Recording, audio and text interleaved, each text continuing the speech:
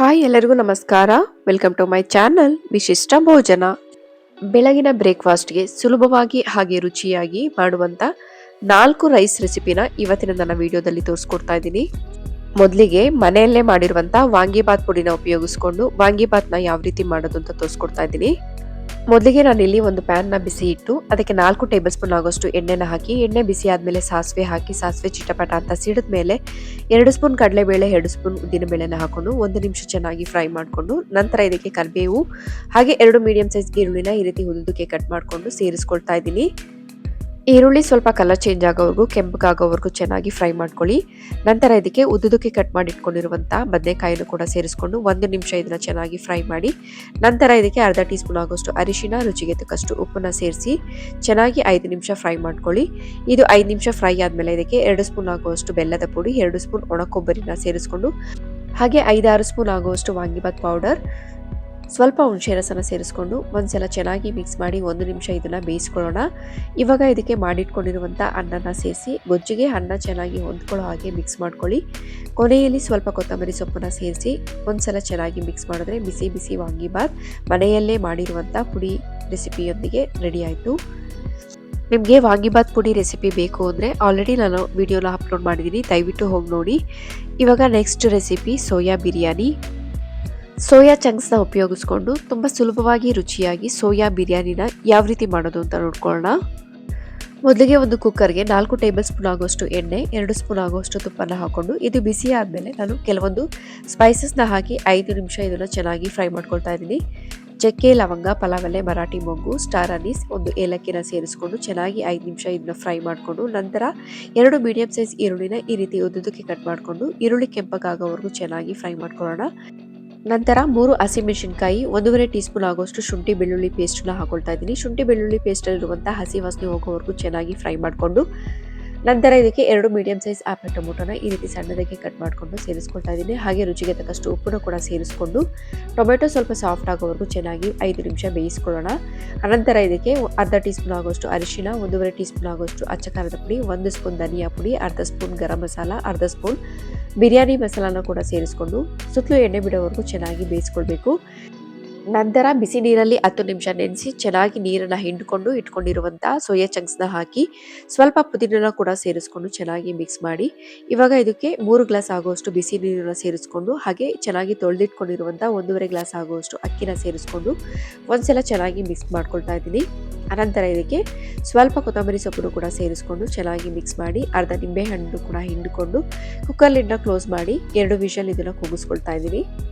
Cooker lid complete ತಣ್ಣಗಾದ್ಮೇಲೆ ಇದನ್ನ ಒಂದ್ಸಲ ಚೆನ್ನಾಗಿ ಮಿಕ್ಸ್ ಮಾಡಿಕೊಂಡ್ರೆ ಬಿಸಿ ಬಿಸಿ ಸೋಯಾ ಚಂಕ್ಸ್, ರಿಚ್ ಪ್ರೋಟೀನ್ ಅಂಶ ಇರುವಂತಹ ಸೋಯಾ ಚಂಕ್ಸ್ ಬಿರಿಯಾನಿ ರೆಡಿ ಆಯಿತು. ಮಕ್ಕಳಿಂದ ಹಿಡಿದು ದೊಡ್ಡವ್ರಿಗೂ ಕೂಡ ಹೆಲ್ತಿಗೆ ತುಂಬ ಒಳ್ಳೆಯದು. ಖಂಡಿತ ಈ ರೆಸಿಪಿನ ಒಂದ್ಸಲ ಟ್ರೈ ಮಾಡಿ. ಇವಾಗ next recipe vegetable pulao. Vegetable pulao ಮಾಡಲು ಮೊದಲು ಒಂದು ಮಸಾಲೆನ ರೆಡಿ ಮಾಡ್ಕೊಳ್ಬೇಕು. ಒಂದು ಪ್ಯಾನಿಗೆ ಸ್ವಲ್ಪ ಎಣ್ಣೆನ ಹಾಕಿ ಸ್ವಲ್ಪ ಬೆಳ್ಳುಳ್ಳಿ, ಸ್ವಲ್ಪ ಶುಂಠಿನ ಹಾಕ್ಕೊಂಡು ಚೆನ್ನಾಗಿ 1 ನಿಮಿಷ ಫ್ರೈ ಮಾಡಿ, ನಂತರ ನಿಮ್ಮ ಖಾರಕ್ಕೆ ತಕ್ಕಂತೆ ಹಸಿಮೆಣಸಿನಕಾಯಿನ ಕೂಡ ಸೇರಿಸ್ಕೊಂಡು ಚೆನ್ನಾಗಿ ಫ್ರೈ ಮಾಡ್ಕೊಳ್ಳಿ.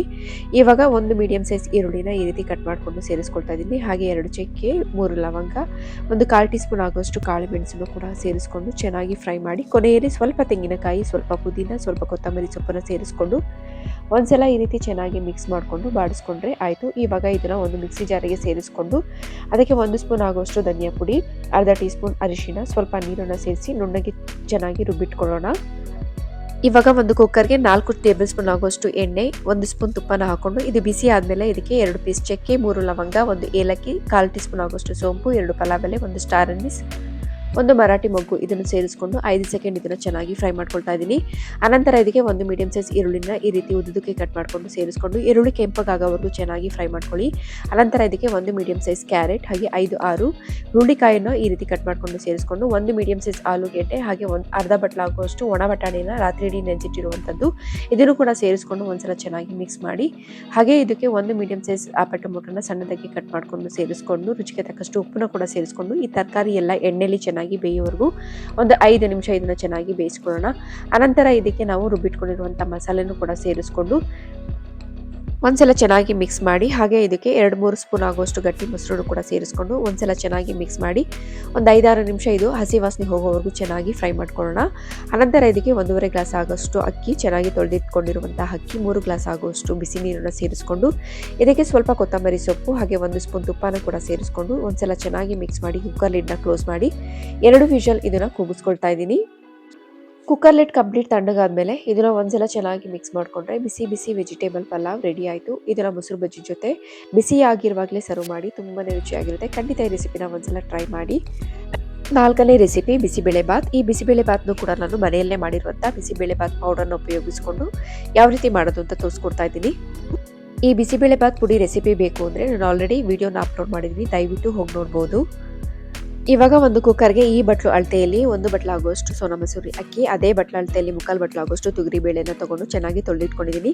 ಇದಕ್ಕೆ 1 ಮೀಡಿಯಂ ಸೈಜ್ ಕ್ಯಾರೆಟು, 5-6 ಹುರುಳಿಕಾಯಿ, 1 ಮೀಡಿಯಂ ಸೈಜ್ ಆಲೂಗೆಡ್ಡೆನ ಸಣ್ಣದಾಗಿ ಕಟ್ ಮಾಡ್ಕೊಂಡು ಸೇರಿಸ್ಕೊಂಡು ಅದೇ ಬಟ್ಲು ಅಳತೆಯಲ್ಲಿ 6 ಬಟ್ಲಾಗುವಷ್ಟು ನೀರು, 3/4 ಬಟ್ಲಾಗುವಷ್ಟು ಒಣ ಬಟಾಣಿನ ರಾತ್ರಿ ಇಡೀ ನೆನೆಸಿಟ್ಟಿರುವಂಥ ಒಣ ಬಟಾಣಿ, ಒಂದು ಅರ್ಧ ಟೀ ಸ್ಪೂನ್ ಆಗುವಷ್ಟು ಅರಿಶಿನ ಹಾಗೆ ರುಚಿಗೆ ತಕ್ಕಷ್ಟು ಉಪ್ಪನ್ನ ಸೇರಿಸಿ ಇದರ 3 ವಿಷಲ್ ಕೂಗಿಸ್ಕೊಳ್ತಾ ಇದ್ದೀನಿ. ಇವಾಗ ಒಂದು ಪ್ಯಾನಿಗೆ 3 ಟೇಬಲ್ ಸ್ಪೂನ್ ಆಗುವಷ್ಟು ಎಣ್ಣೆ, ಸಾಸಿವೆ, 3 ಬ್ಯಾಡಗೆ ಮೆಣಸಿನಕಾಯಿ, ಸ್ವಲ್ಪ ಕರಿಬೇವು, 1 ಮೀಡಿಯಂ ಸೈಜ್ ಈರುಳ್ಳಿನ ಈ ರೀತಿ ಸಣ್ಣದಾಗಿ ಕಟ್ ಮಾಡ್ಕೊಂಡು ಸೇರಿಸ್ಕೊಂಡು ಈರುಳ್ಳಿ ಕೆಂಪಗಾಗೋವರೆಗೂ ಚೆನ್ನಾಗಿ ಫ್ರೈ ಮಾಡ್ಕೊಳ್ಳಿ. ಅನಂತರ 1 medium size capsicum, 2 medium size apple ಟೊಮೊಟೊನ ಈ ರೀತಿ ಸಣ್ಣದಾಗಿ ಕಟ್ ಮಾಡಿಕೊಂಡು ಹಾಗೆ ರುಚಿಗೆ ತಕ್ಕಷ್ಟು ಉಪ್ಪನ್ನು ಕೂಡ ಸೇರಿಸ್ಕೊಂಡು ಟೊಮೆಟೊ ಸಾಫ್ಟ್ ಆಗೋವರೆಗೂ ಕ್ಯಾಪ್ಸಿಕಮ್ ಈರುಳ್ಳಿ ಚೆನ್ನಾಗಿ ಬೇಯೋವರೆಗೂ ಒಂದು ಲಿಡ್ನ ಕ್ಲೋಸ್ ಮಾಡಿ ಬೇಯಿಸ್ಕೊಳ್ಳೋಣ. ಇವಾಗ ಇದಕ್ಕೆ ಸ್ವಲ್ಪ ಬೆಲ್ಲನೂ ಕೂಡ ಸೇರಿಸ್ಕೊಳ್ತಾ ಇದ್ದೀನಿ. ಬೆಲ್ಲ ಕರಗೋವರೆಗೂ ಟೊಮೆಟೊ ಇನ್ನೂ ಸ್ವಲ್ಪ ಸಾಫ್ಟ್ ಆಗೋವರೆಗೂ ಚೆನ್ನಾಗಿ ಬೇಯಿಸ್ಕೊಂಡು ಇದಕ್ಕೆ 1 ನಿಂಬೆಹಣ್ಣು ಗಾತ್ರದ ಹುಣಸೆ ಹಣ್ಣನ್ನು ತೆಗೆದುಕೊಂಡಿದ್ದೀನಿ. ಹುಣಸೆ ಹಣ್ಣಿನ ರಸವನ್ನು ಇದಕ್ಕೆ ಸೇರಿಸ್ಕೊಂಡು ಮನೆಯಲ್ಲೇ ಮಾಡಿರುವಂಥ ಬಿಸಿಬೇಳೆ ಬಾತ್ ಪೌಡರ್ನ ಒಂದು 5-6 ಸ್ಪೂನ್ ಇದಕ್ಕೆ ಸೇರಿಸ್ಕೊಂಡು ಚೆನ್ನಾಗಿ ಮಿಕ್ಸ್ ಮಾಡಿ ಸ್ವಲ್ಪ ನೀರನ್ನು ಸೇರಿಸಿ ಇದನ್ನು ಒಂದು ಕುದಿಯೋವರೆಗೂ ಕುದಿಸ್ಕೊಳ್ಳೋಣ.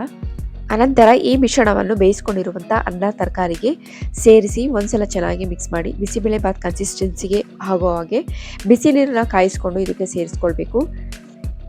ಯಾವುದೇ ಕಾರಣಕ್ಕೂ ತಣ್ಣೀರನ್ನು ಹಾಕೊಳ್ಳೋದಕ್ಕೆ ಹೋಗ್ಬಿಡಿ, ಬಿಸಿ ನೀರನ್ನು ಕಾಯಿಸ್ಕೊಂಡು ಈ ಸ್ಟೇಜಲ್ಲಿ ಬಿಸಿಬೇಳೆ ಬಾತ್ ಕನ್ಸಿಸ್ಟೆನ್ಸಿಗೆ ಅಡ್ಜಸ್ಟ್ ಆಗೋ ಹಾಗೆ ಬಿಸಿ ನೀರನ್ನು ಸೇರಿಸ್ಕೊಂಡು ಅಡ್ಜಸ್ಟ್ ಮಾಡ್ಕೊಳ್ಳಿ.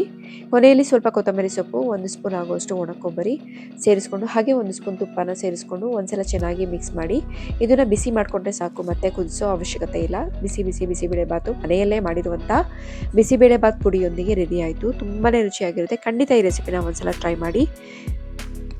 ಈ ವಿಡಿಯೋದಲ್ಲಿ ತೋರಿಸಿರುವಂಥ 4 ರೆಸಿಪಿನೂ ನಿಮಗೆ ಇಷ್ಟ ಆಗಿದೆ ಅಂತ ಅಂದ್ಕೊಳ್ತೀನಿ. ಇಷ್ಟ ಆಗಿದ್ರೆ ದಯವಿಟ್ಟು ಒಂದು ಲೈಕ್ ಕೊಡಿ, ಹಾಗೆ ನಿಮ್ಮ ಫ್ಯಾಮಿಲಿ ಆ್ಯಂಡ್ ಫ್ರೆಂಡ್ಸ್ಗೆ ಶೇರ್ ಮಾಡಿ.